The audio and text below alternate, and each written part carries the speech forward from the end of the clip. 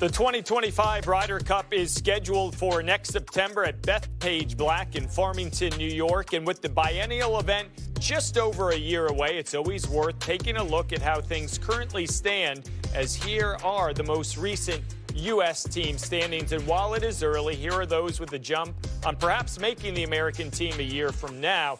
Coming in at number 3, the U.S. Open champion, Bryson DeChambeau, who currently plays on LIV Golf, but he might be feeling a bit more optimistic on wearing the red, white, and blue 1 year from now.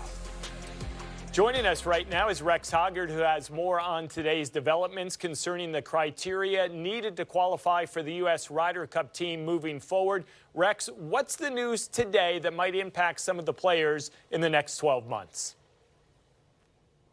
Steve, Bryson DeChambeau had a really good day and didn't hit a golf shot today. And it all has to do with the Ryder Cup, as you pointed out. Historically, if you wanted to play on the U.S. Ryder Cup team, or if you wanted to play in the PGA Championship, you had to be a member of the PGA of America. Now, that wasn't a big deal in normal times. If you're a PGA Tour member, you automatically got a membership. If you're a member of one of the 9 other global tours that's recognized by the PGA of America as a quote-unquote global tour, you also got that membership. As long as you paid your dues, you could play in the PGA Championship. And as long as you were a U.S. citizen, you could also play on the U.S. Ryder Cup team if you either qualified or were a captain's pick. Where this question came in over the last few years, obviously with LIV Golf, is what do you do with those players who left the PGA Tour, gave up their membership on the PGA Tour, and now you have to face how you're going to face them as members of the PGA of America. And essentially what happened today, the PGA of America recognized LIV Golf as one of those quote-unquote global tours. So it creates a pathway for those players not only to play in the PGA Championship going forward, but also if you're a U.S. citizen like Bryson DeChambeau,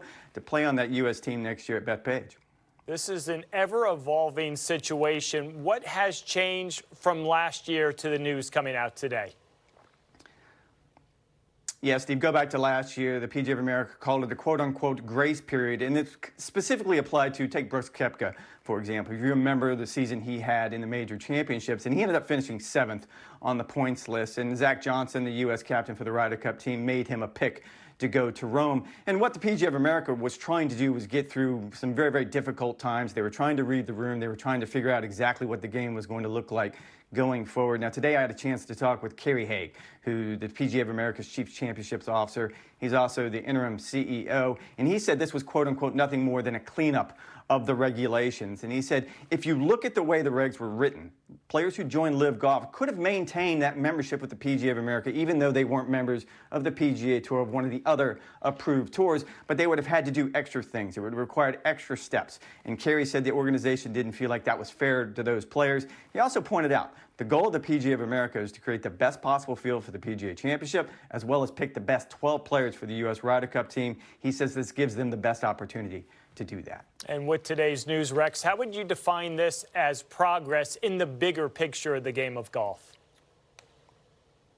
That's kind of the $30 billion question right now, is it, with everything that's going on in the game of golf right now. And Kerry was really quick to caution and tell me not to read too much into what today's announcement was. Again, he called this nothing more than a cleanup, but it's impossible not to look at what this actually does. It creates a pathway, however narrow, for those players who join LIV Golf back into the quote-unquote ecosystem.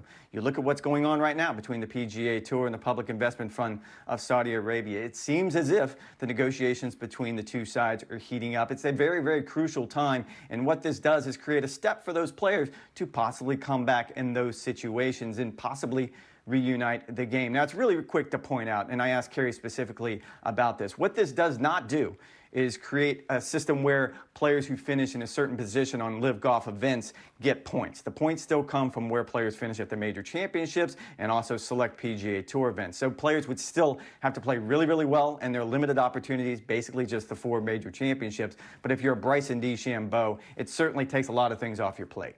Rex, we appreciate the update as always. We'll talk soon.